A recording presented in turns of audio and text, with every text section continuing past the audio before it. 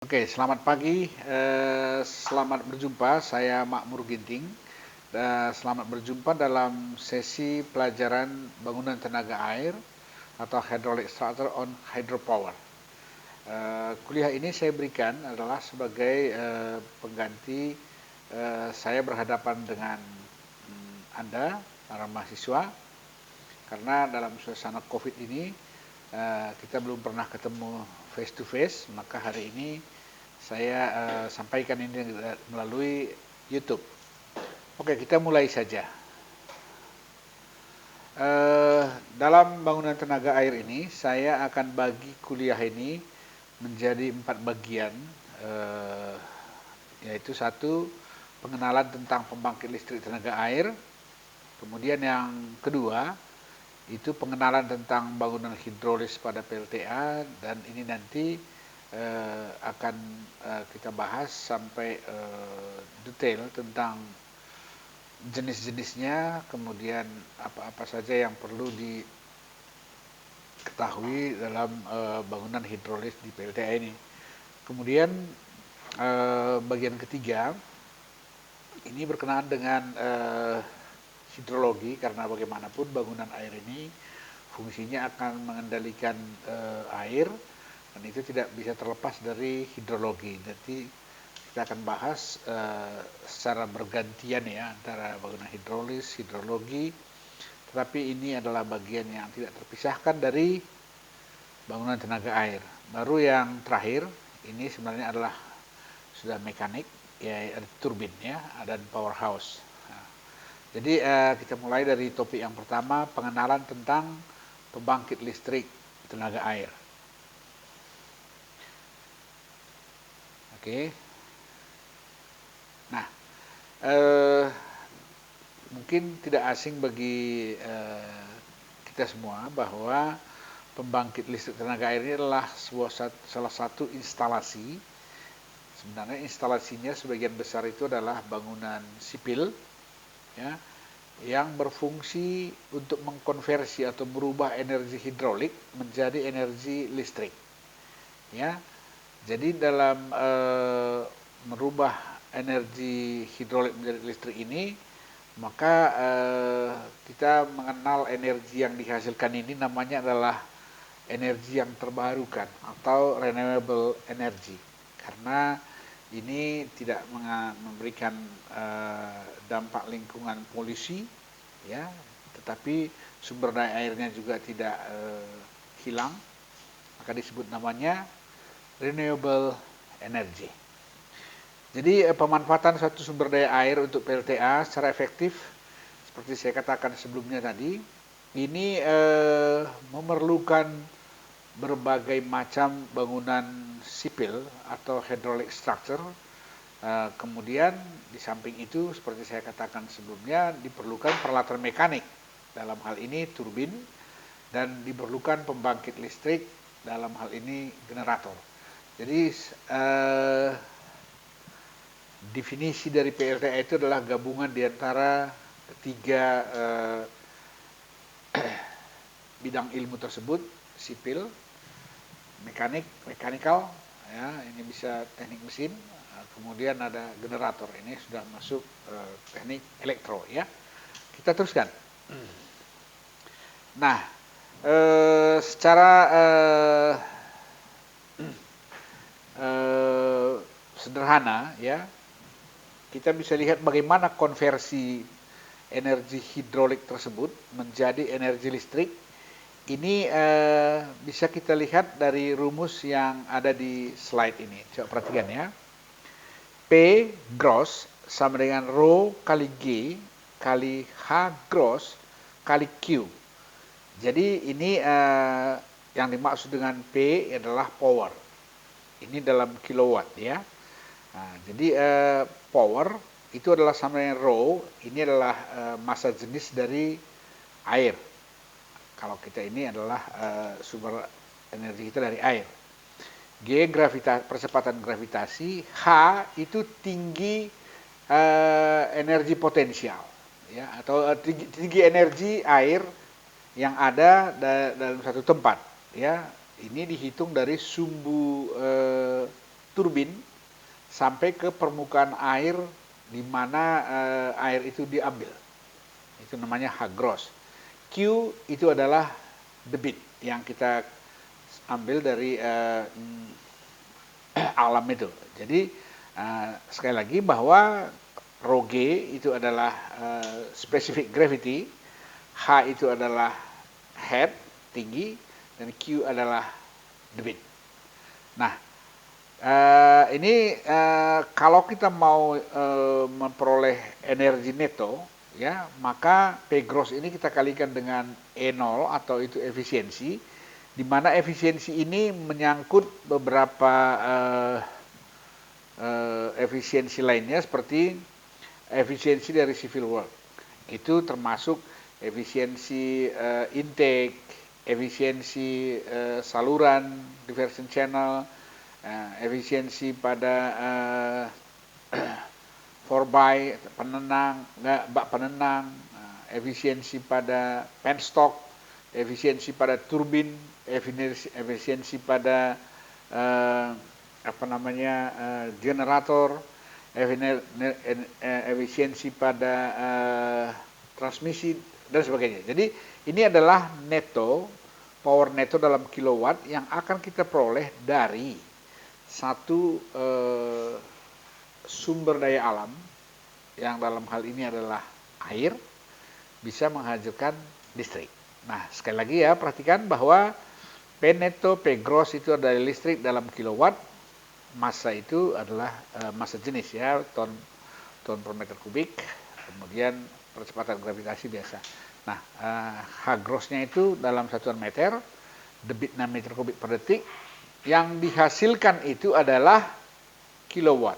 Ya, ini dia konversi tadi. Jadi semua bangunan sipil yang kita bangun dalam satu PLTA itu adalah membawa air ke turbin, ya, membawa air ke turbin supaya dia bisa menghasilkan energi, dan turbin itu nanti sudah jadi energi mekaniknya masukkan ke generator, maka dia berubah menjadi energi listrik. Nah, itulah prinsip dasar dari PLTA. Nah, sekarang bagaimana selanjutnya? Coba kita perhatikan ya. Tadi di sana variabel yang ada itu ada Q, ada H. Jadi ada energi H, kemudian ada debit Q. Jadi dua inilah sumber daya alam yang kita ambil dari air ya. Nah, jadi ditinjau dari jenis sumber daya airnya ya, karena kita tadi bercerita tentang sumber daya air, maka PLTA itu bisa dibagi menjadi 4, yaitu river power plant, itu sumber daya airnya adalah dari aliran sungai. Kemudian tidal current power plant, ini biasanya adalah airnya diambil dari pasang surut air laut ya. Jadi perbedaan tinggi, pasang rendah, pasang tinggi, ada arus masuk, bisa dikonversi menjadi power ya. Kemudian sea wave power plant, itu pun ada juga, artinya gelombang air laut, itu juga bisa menghasilkan arus. Nah, yang penting ada perbedaan tingginya, nanti itu bisa dirubah menjadi energi. Kemudian yang keempat, ini tertulis C di sini tapi ini D ya. Ini depression zone power plant. Ini umumnya adalah ada daerah-daerah cekungan ya, yang dekat dengan laut atau dekat dengan danau gitu, sehingga bisa dibangun tunnel untuk mengisi cekungan itu, dan dia punya head yang tinggi. Ini yang paling contoh yang paling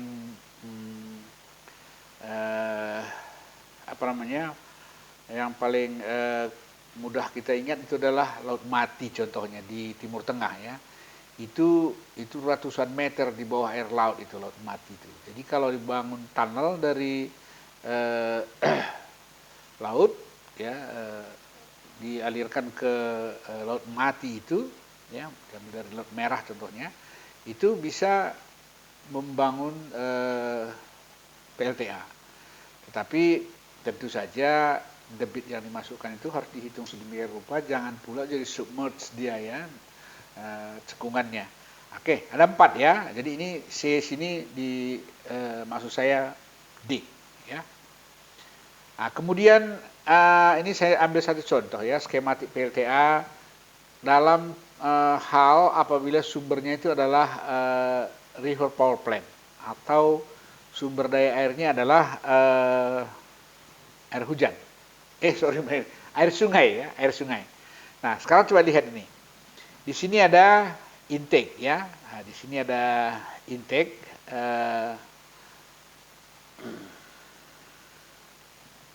Coba kita lihat. Ini ada intake ya. Intake ini biasanya kalau dia tidak berbentuk reservoir, itu biasanya di intake-nya ini, bendungnya atau dam, itu dilengkapi dengan spillway. Nah, jadi bangunan hidrolis pertama yang merupakan bidang teknik sipil itu adalah bangunan intake ini. Bangunan intake ini biasanya gabungan antara dam, spillway, dan pintu-pintu pengambilan. Ya. Kemudian yang kedua itu adalah kanal. Nah, ini juga bangunan sipil, dan ini juga masuk bagian dari hydraulic structure ini. Itu adalah kanal yang dimaksudkan ini adalah diversion canal, ya, artinya pengalihan air sungai ke daerah ke wilayah yang lebih landai supaya headnya jangan terlalu banyak hilang. Inilah nanti masuk ke powerhouse.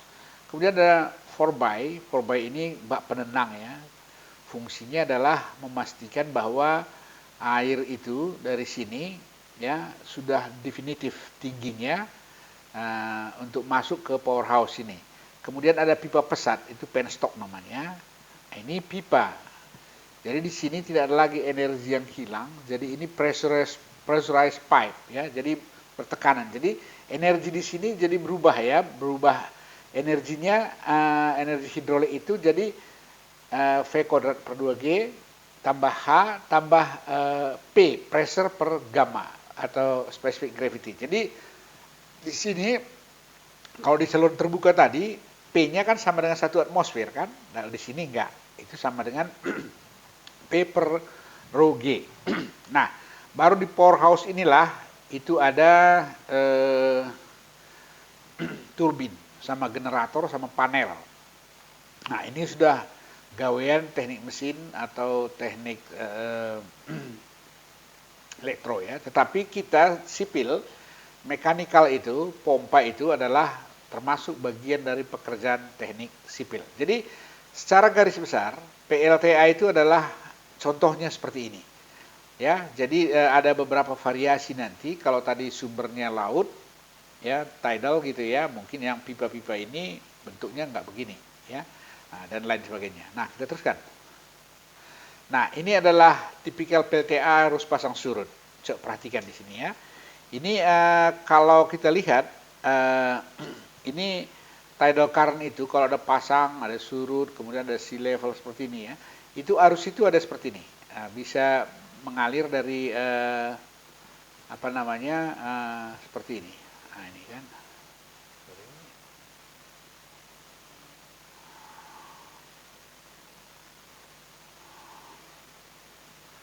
Nah, ini.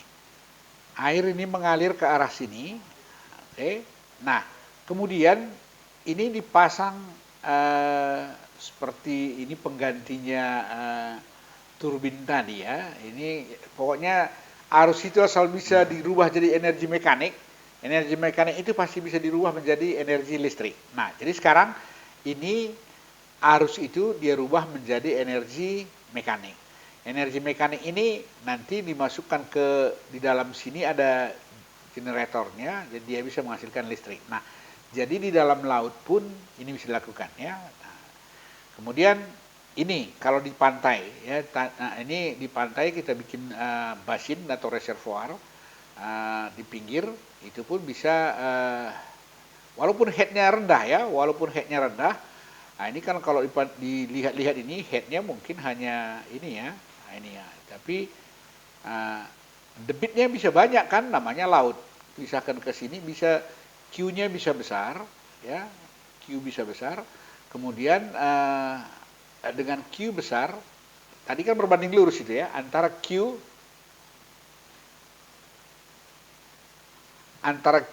dan H, rho G berbanding lurus. Jadi yang manapun yang besar, harga dari powernya itu bisa tetap kita akan peroleh, bisa walaupun hanya kecil ya. Ini kan hanya kecil ini H kecil ya, H kecil tapi Q besar.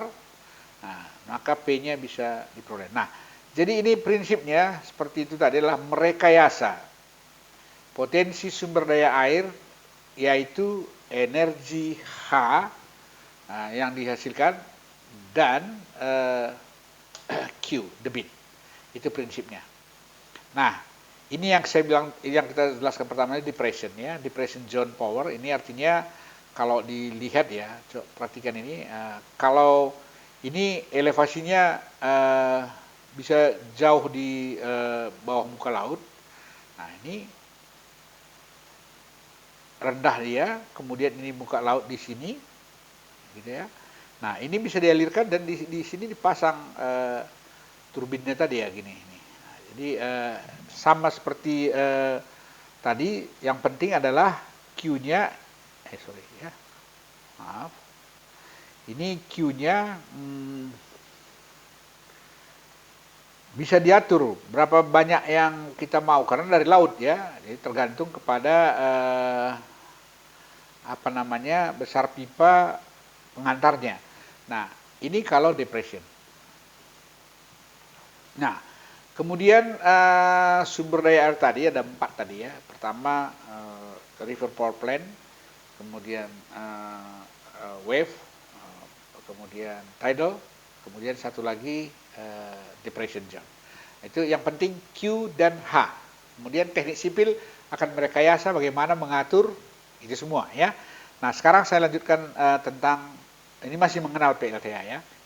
PLTA itu secara garis besar ya, sesuai dengan dayanya itu dibagi ada 5 ya. Satu namanya Pico ya. Pico itu adalah pembangkit listrik yang kecil. Itu biasanya lebih kecil dari 500 watt. Ini Pico power, hydropower namanya. Kemudian yang dua micro hydro power. Micro hydro power itu antara 0,5 sampai 100 kilowatt. Ya, ini banyak bisa dibangun di desa-desa. Kemudian PLTA mini itu di atasnya antara 100 sampai 1000 kilowatt. Kemudian ada PLTA kecil, small, itu 1 megawatt sampai 10 megawatt. Lebih besar dari itu namanya PLTA skala penuh. Nah, kalau sebagai contohnya ya, di Sumatera Utara ini ada PLTA Sigura-gura, itu Danau Toba, Sahan. Itu besarnya itu 4 kali 71,5 megawatt. Ya, ini termasuk kategori PLTA skala penuh. Jadi Tangga dan Sigura-gura itu termasuk skala penuh. Itu contoh yang ada di dekat kita. Ya, jadi saya kira ini merupakan pengenalan awal tentang PLTA. Nah, jadi inilah klasifikasi PLTA yang kita yang secara umum dibuat ya. Nah, sekarang kita teruskan untuk layout PLTA. Ya, secara umum layout PLTA itu seperti apa, gitu ya. Nah, ini saya sampaikan ada 3 kemungkinan yang bisa kita jumpai dalam membuat satu layout PLTA khusus untuk sungai ya. Nah, jadi tergantung ini. Ini ada A, B, C ya. Yang A, coba perhatikan ini. Yang A ini ada dam, kemudian kanalnya pendek, tapi penstoknya panjang, pipa pasatnya panjang. Nah, karena 4x-nya dekat ke dam. Nah, ini salah satu. Jadi ini seperti layout yang pertama tadi saya perlihatkan itu. Ini kira-kira skematiknya seperti ini ya. Nah, dam, kanal, 4x, penstock, powerhouse, tail race. Nah, jadi kanalnya pendek, penstoknya panjang. Di sini kanalnya panjang, penstoknya pendek, terasnya bisa dekat ke sungai sama. Ya. Ada yang langsung dari dam itu penstok, nggak ada pengalihan, langsung penstok, powerhouse, terrace. Nah, ini artinya apa nih? Ada tiga alternatif layout ini bisa saja terjadi sesuai dengan kondisi topografi dan ya topografi wilayah di mana sumber air itu berada dan dam yang kita buat. Apakah dam itu cek dam saja atau dam merangkap reservoir gitu ya. Jadi ini kalau dam merangkap reservoir itu bisa langsung di sini atau tingginya cukup untuk membangun langsung di bawahnya powerhouse gitu. Jadi bisa seperti ini. Nah, jadi oleh karena itu maka secara garis besar alternatif layout PLTA itu bisa dilihat seperti ini. Kalau sumber airnya adalah aliran sungai ya. Nah, sekarang dari ketiga itu tadi ya, kita ambil yang general, yang umum artinya ada tiga segmen dari bagian PLTA tersebut. Yang ini hampir semua yang kita bicarakan ini adalah bagian dari teknik sipil di PLTA ya. Nah, pertama itu adalah damming section, artinya adalah segmen yang ada di daerah dam ke upstream.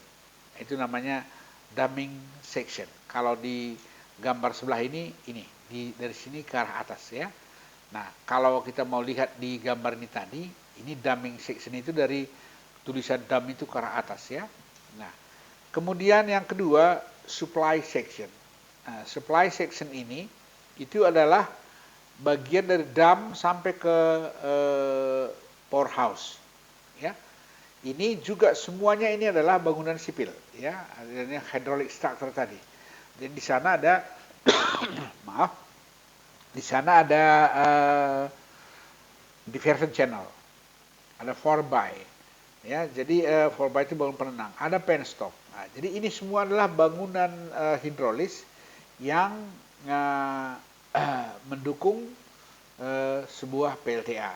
Baru yang terakhir adalah tail race section. Ya.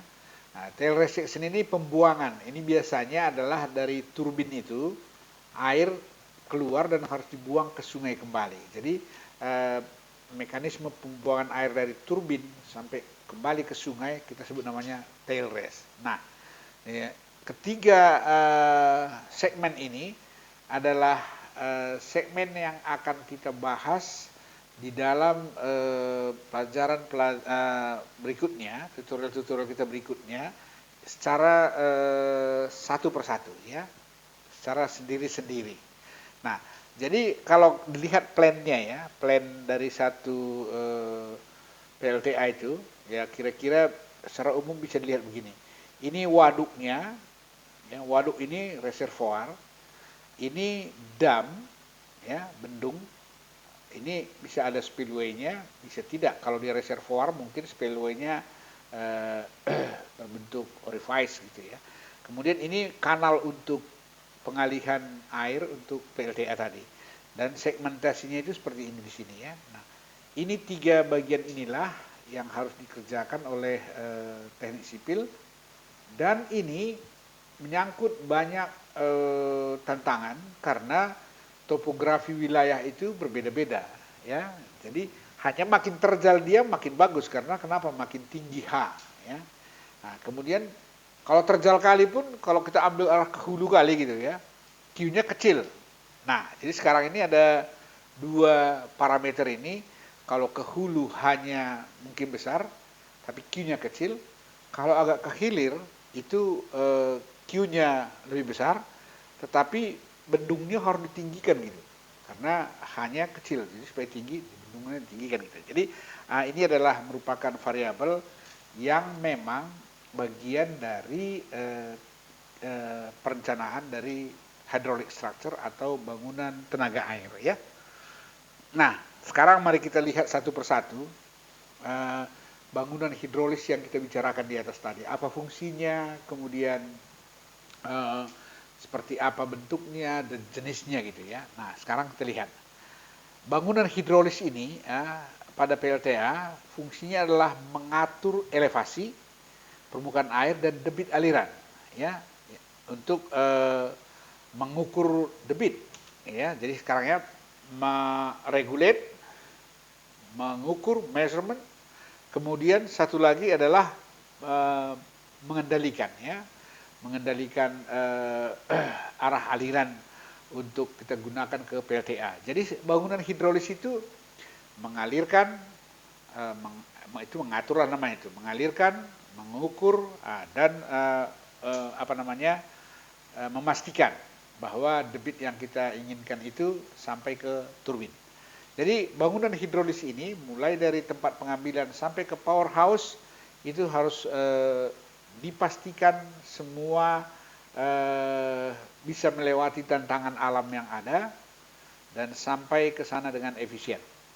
Nah, sekarang kita lihat pertama, ya. Tadi di slide sebelum-sebelumnya ada tadi damming section, ada supply section, ada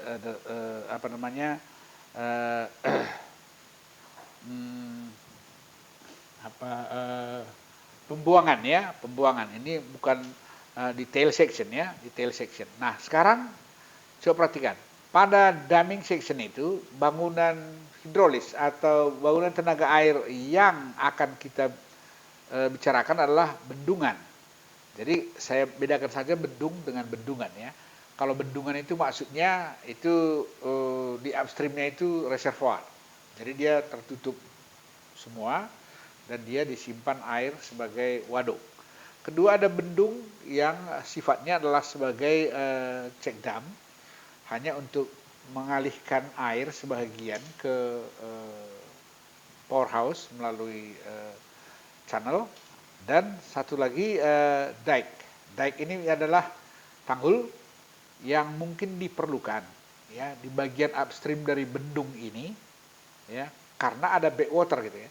Begitu kita bendung sungainya, ada backwater, mungkin beberapa tempat bisa bocor dan bisa melimpah ke tempat lain, dan itu harus ditutup, ya, penutupnya namanya dike. Ini bangunan utama yang ada di damming section atau segmen dam, bendung. Kemudian segmen supply itu ada saluran pengalih atau diversion channel. Ini, ya, kalau dia harus menerobos bukit gitu, ya, terowongan namanya. Tapi prinsip alirannya walaupun dia terowongan gitu, ya, masih aliran gravitasi. Jadi biasanya diversion channel ini adalah aliran gravitasi. Bisa open channel, bisa saluran tertutup, arti half full, tapi semuanya aliran gravitasi. Itu saluran. Kemudian ada bak penenang. Ini 4by namanya. Ini fungsinya adalah untuk memastikan pada titik itu tidak ada fluktuasi muka air. Kemudian tidak ada gelembung udara yang bisa masuk ke penstop gitu, ya. Dan tidak boleh juga ada endapan pasir atau sampah-sampah. Jadi 4by ini fungsinya adalah menyaring sampah atau endapan, kemudian memastikan bahwa elevasinya itu terkendali dan tenang, dan ada pintu-pintu pengendali untuk itu semua, ya. Nah, kemudian ada pipa pesat. Nah, pipa pesat ini adalah untuk mengalirkan air dari 4by ini langsung ke turbin, ya, langsung ke turbin, sehingga turbin inilah yang memutar shaft yang namanya adalah energi mekanik, ya. Baru terakhir, ya, saya nggak singgung generator karena ini setelah turbin inilah generator, baru dari generator itu masuk ke panel, dari panel ini masuk ke transmisi, ya, itu bagian elektro. Nah, tapi bagian tail waternya lagi atau buangannya setelah dari turbin ini, air kan masuk ke casing turbinnya, kan keluar lagi. Keluar dia harus dibuang ke sungai kembali. Itu namanya tail water. Itu juga adalah bagian dari teknik sipil dan bagian hydraulic structure. Nah, jadi dari 3 section atau 3 segmen dalam PLTA ini Maka inilah bangunan-bangunan utama atau bangunan hidrolis utama yang akan kita pelajari. Di samping ini ya, di samping ini ada bangunan-bangunan pelengkapnya ya. Umpamanya begini, di bendung. Di bendung itu atau di bendungan ke diversion channel itu ada yang namanya pintu. Artinya pintu itu bisa dibuka, bisa ditutup untuk mengendalikan debit, mengukur dan mengendalikan ya. Jadi pada saat air di atas bendung tinggi, maka untuk debit yang kita perlukan, kita bisa kecilkan lubangnya supaya bisa mengalirkan air sesuai dengan debit yang kita inginkan. Perlu pintu sorong atau namanya sluice gate. Sluice gate ini ya kalau debitnya besar ya harus pakai elektrik lah, jangan diputar pakai tangan, agak besar. Tapi itu semua ada di pasaran, bisa gampang. Tinggal prinsip hidroliknya kita buat. Kemudian ada pintu klep.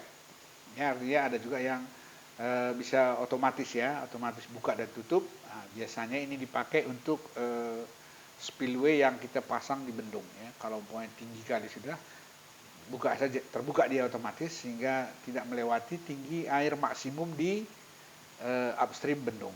Kemudian sand trap, penangkap endapan. Ini semua bangunan-bangunan pelengkap dan termasuk bagian yang tidak terpisahkan dari bangunan utama atau bangunan teknik sumber daya air ini ya. Kemudian ada pelimpah. Nah, ini penting. Pelimpah ini bisa bentuk weir, bisa bentuk orifice ya. Nah, jadi kalau seperti Sabo Dam umpamanya gitu ya, itu bentuknya kan orifice ya, tapi itu sebenarnya prinsipnya adalah pelimpah. Kemudian kalau ada spillway, overtopping spillway contohnya ya, ini biasanya kan energi kinetiknya besar nih, V kuadrat per 2G-nya besar. Ini harus direndam, kalau nggak nanti digerusnya bagian downstream dari bendung itu, maka perlu dibuat stilling basin yang cukup untuk meredam energi ini. Nah, ini juga akan kita pelajari dalam bangunan tenaga air ini, walaupun dia belum pelengkap, tapi ini sama pentingnya dengan bangunan utama itu, karena bangunan utamanya tidak akan bisa berfungsi sebagaimana kita mau kalau tidak dilengkapi dengan ini ya. Nah, mari kita lihat ini ya. Bendung reservoir. Ini saya bendungan ya, bendungan tadi reservoir. Ini fungsinya adalah menghempang aliran sungai dan menyimpan air pada musim penghujan dan mengatur pelepasan debit sesuai dengan desain fungsi delta sepanjang waktu pengoperasian. Jadi ini berbeda dengan check dam ya. Jadi ini adalah bendungan ini berfungsi untuk menghempang sungai dan menyimpan debit yang tidak dipergunakan di downstream dan bisa dialirkan pada saat musim-musim kemarau dan sesuai keperluan ya. Nah, secara skematis, secara geometrik ya, dam itu tadi atau bendungan itu tadi, itu bisa dilihat seperti gambar yang saya buat ini ya. Ini contohnya. Ini kita bikin crash elevation dari bendung ini ya. Jadi dari bendung ini itu nggak boleh air lewat di sini. Kalau dia bendungan namanya, air tidak boleh melimpah kemari. Ya, ini nggak boleh melimpah ke atas sana karena namanya juga reservoir ya. Ini reservoir ini yang ini ya. Nah, oleh karena itu maka air tidak boleh lewat ke sana. Kemudian kalau air minimum pun ditetapkan. Di sini nggak boleh lagi ada diambil air dalam batas level air minimum ini. Kenapa? Karena ini ya mungkin diperlukan untuk perawatan rekreasi atau perawatan kawasan-kawasan rekreasi di bendung ini atau yang lain-lainnya, kolam ikan dan segala macam ya. Tetapi biasanya ada dua ini yang ditetapkan, maksimum water level dan minimum water level. Nah, biasanya ya pintu yang tadi kita pasang itu dibuat di tempat ini, di apa namanya, di minimum water level ini. Dasar pintunya di situ sehingga air tidak akan bisa lebih dari yang dibuat itu ya. Nah, jadi di sini. Nah, jadi di tempat ini apa namanya? Ini adalah level dari pintu itu bagian bawah. Jadi air yang bisa digunakannya itu ada dari mulai atas sini ya, dari mulai di sini, dari air maksimum sampai minimum ini bisa digunakan.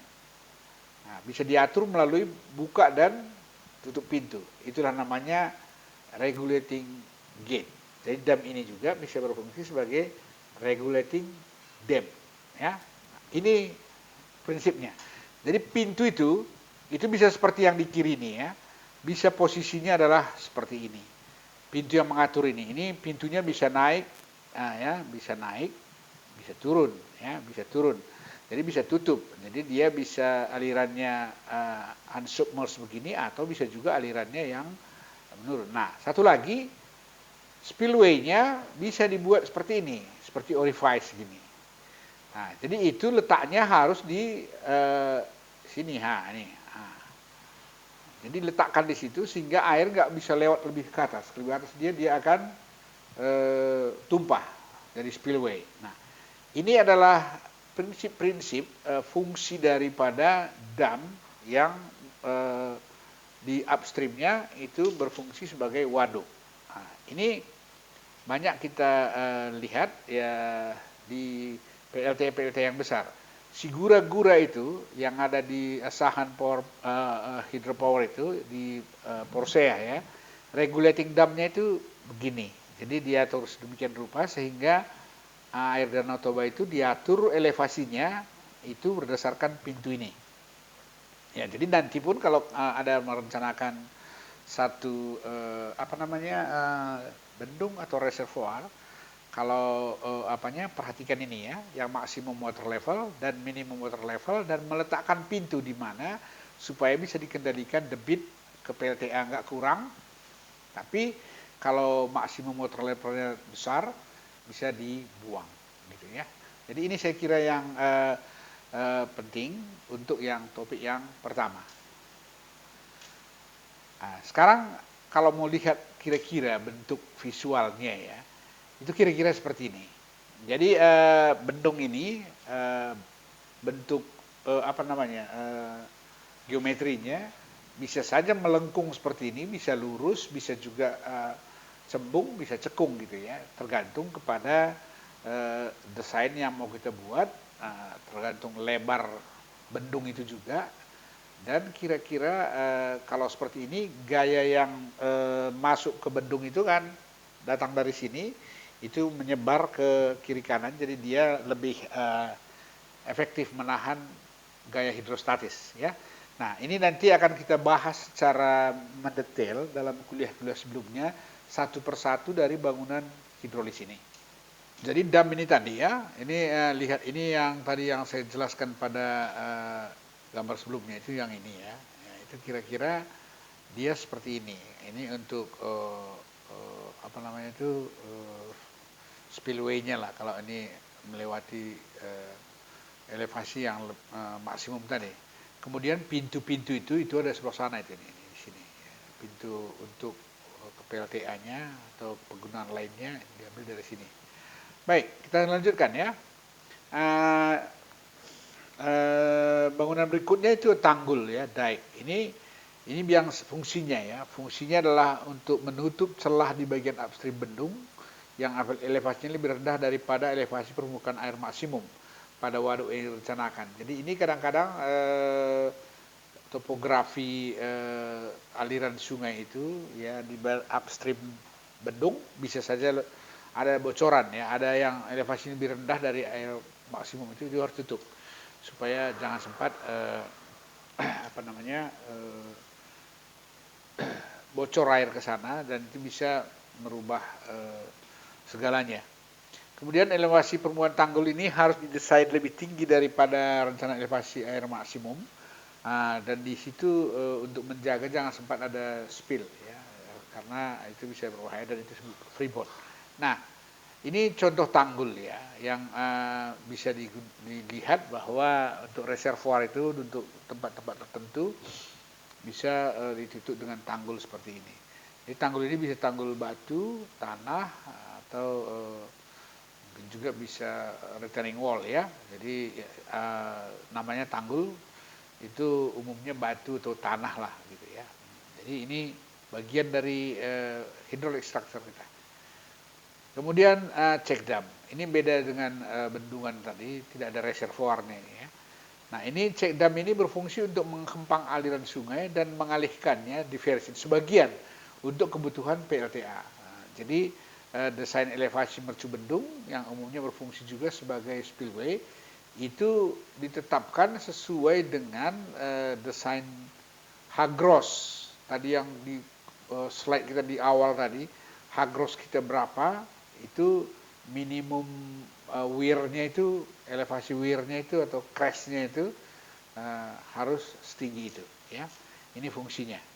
Nah, sekarang ini contohnya ya, contoh model check dam yang digunakan untuk berbagai keperluan, bisa untuk PLTA, bisa untuk irigasi. Nah, ini umumnya ada pintu untuk penguras endapan ya. Kalau endapan di sini banyak, dibuang dari sini gitu. Nah, ini tipikal dari check dam yang mempunyai spillway di atasnya atau namanya overtopping spillway ya. Ini adalah bangunan hydraulic structure yang digunakan untuk PLTA. Jadi nanti detail pembahasannya kita akan lakukan di kuliah berikutnya ya. Nah, saya mau tunjukkan ini check dam ini. Geometrinya kira-kira begini ya. Di geometrinya coba perhatikan ini bahwa di upstream ada muka air seperti ini. Jadi crest-nya ini kalau kita ambil ke ke turbin tadi, ya ini Hagros-nya yang inilah ini. Terus sampai ke sana. Nah, terus ini stelling basin yang saya bilang tadi peredam energi ya, di downstream bendung ini harus dibuat begini. Kemudian kalau dilihat di foto tadi ya di sini nih ini. Kalau ini besar, ini di sini harus diperkuat ini, supaya jangan sempat kalau banjir ini tergerus semua gitu ya. Nah ini tipikal dari pembuatan satu bendung check dam untuk bangunan PLTA ya. Nah, sekarang coba perhatikan layout dari penempatan bendung dan ini intake-nya tadi ya. Yang saya bilang tadi pelengkapnya ada pintu itu ya. Nah, ini di sini ya, di tempat ini di tempat yang ini ya. Ini adalah pintu yang saya bilang tadi bisa naik turun tadi, itu diatur supaya air yang dari di sungai ini ya, di sini ini masuknya ke mari. Ini yang sebagian masuk, ini di sini bendung ini ya, itu fungsinya adalah untuk mengempang supaya elevasi minimum itu dapat. Nah, secara garis besar secara umum ini di tempat ini ya, ini adalah detail dari yang ini, dari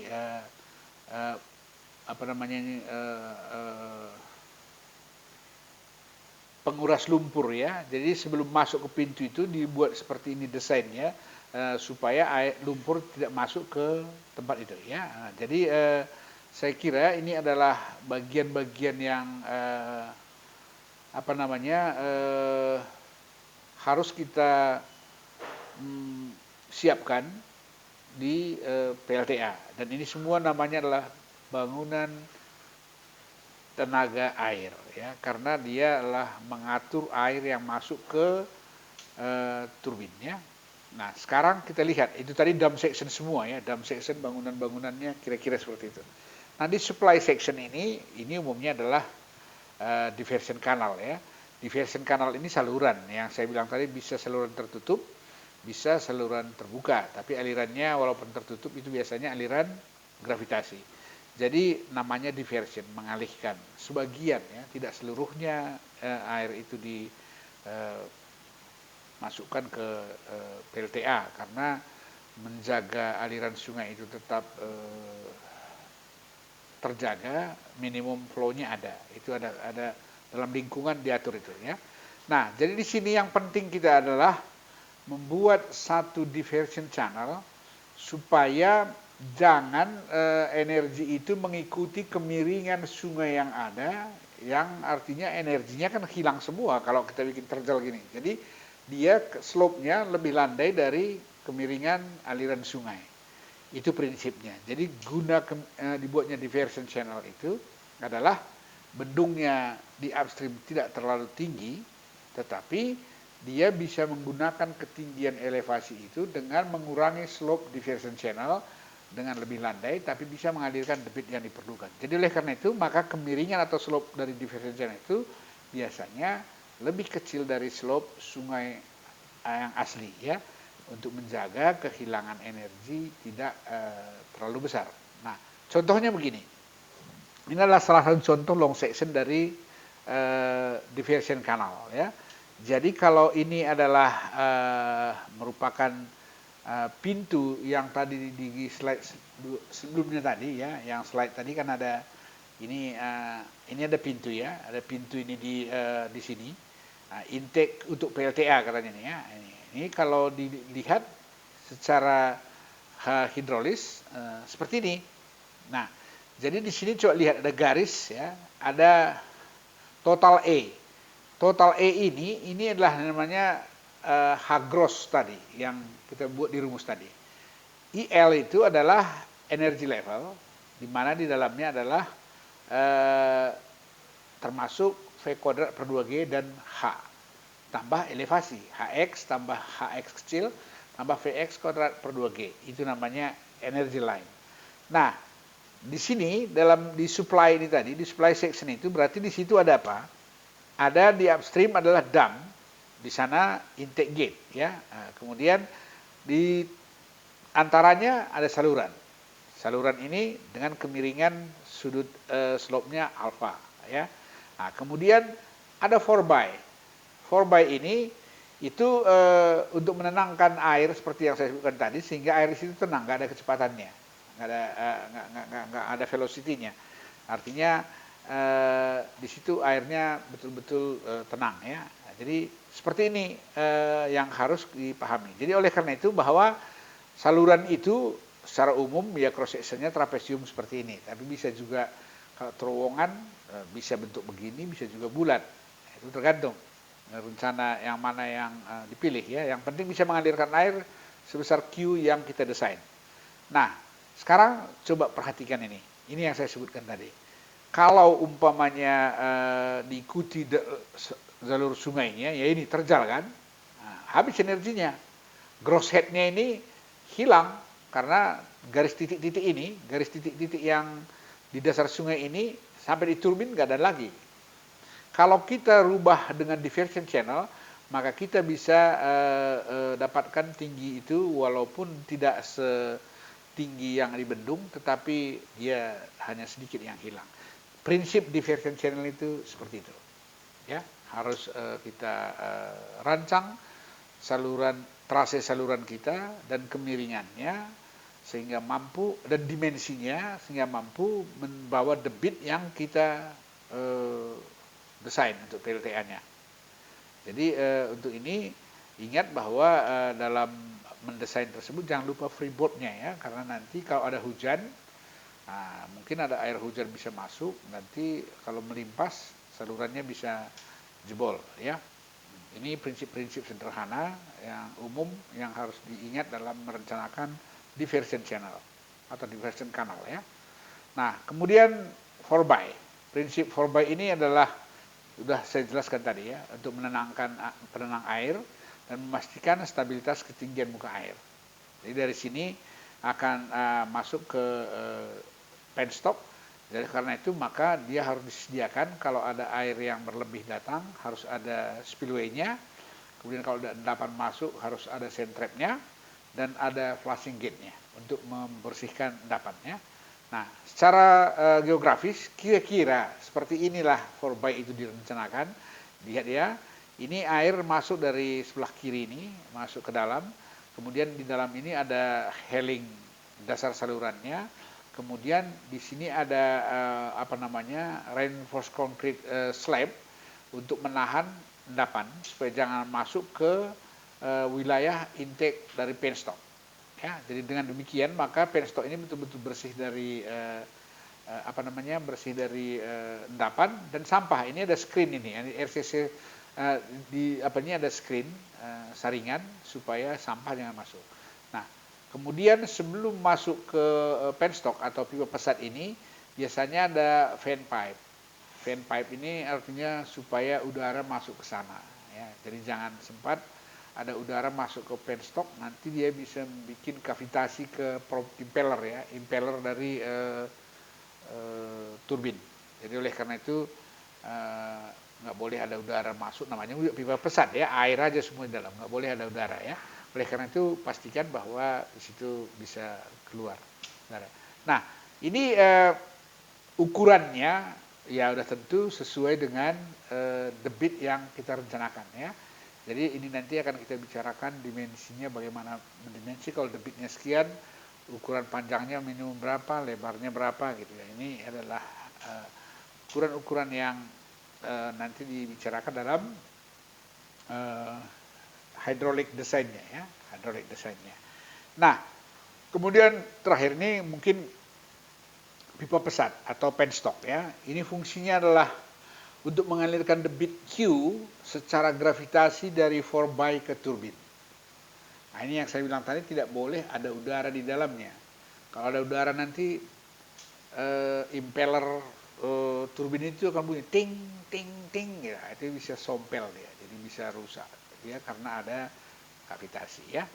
4by ini perlu dilengkapi dengan penstock gate, air fan, valve, pipe foundation, and flexible joint. Nah, kita lihat ini ya. Ini fotonya. Ini adalah bentuk penstock itu. 4by-nya yang ada di atas ini. Ya, ini 4by-nya. Ini powerhouse-nya. Turbin itu ada di sini. Ini semua pipa ini masuk langsung ke turbin. Ke as turbin. Dia putar impellernya. Nah, kemudian setelah berputar itu menghasilkan energi mekanik ya. Nah, kalau kita mau lihat secara gambar teknis, maka kira-kira seperti ini ya. Dia punya penstock gate. Ini artinya di 4by tadi harus bisa buka tutup ya. Artinya buka tutup, karena kalau ada perbaikan turbin itu bisa harus kita tutup ya. Nah, dan biasanya di atas ditutup itu menghindari jangan sempat ada pula sini water hammer gitu di antara pipa ini. Kalau panjang bisa ada water hammer dan tinggi. Kalau kita tutup pakai gate ini tiba-tiba gitu ya. Sudden shot gitu, bisa ada water hammer. Jadi biasanya di atas dibikin penstock gate, jadi ditutup di atas, perbaiki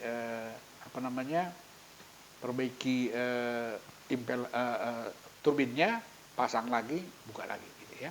Nah, ini kira-kira ada perlu pondasinya, ada powerhouse-nya, ada pipe joint karena pipa itu bisa panjang, dan ada fan pipe. Jadi seperti ini. Coba perhatikan energinya ya. Dalam saluran terbuka kita nggak punya energi tekanan, yaitu P per gamma. Jadi dengan di penstock ini, P per gammanya itu adalah tidak hilang. Itu energinya tetap hilang. Yang hilang hanya delta H. Delta H itu hilang karena gesekan inlet, outlet gitu ya. Tetapi energi itu betul-betul tersave dan bisa dimanfaatkan. Jadi tujuan membuat bangunan tenaga air ini adalah menghemat energi ini, menghemat energi air atau energi hidrolik ya. Dengan demikian kita optimumkan energinya, dengan demikian kita hasilkan listrik yang lebih besar. Saya kira sampai di sini saja pertemuan kita sekali ini, dan akan kita lanjutkan dalam sesi berikutnya.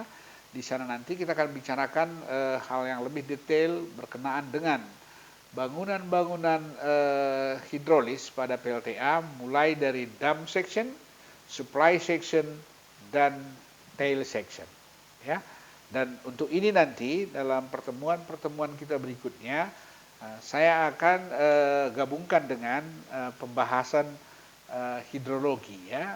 Ada hidrologi yang berkaitan mendukung daripada desain daripada bangunan-bangunan hidrolis ini.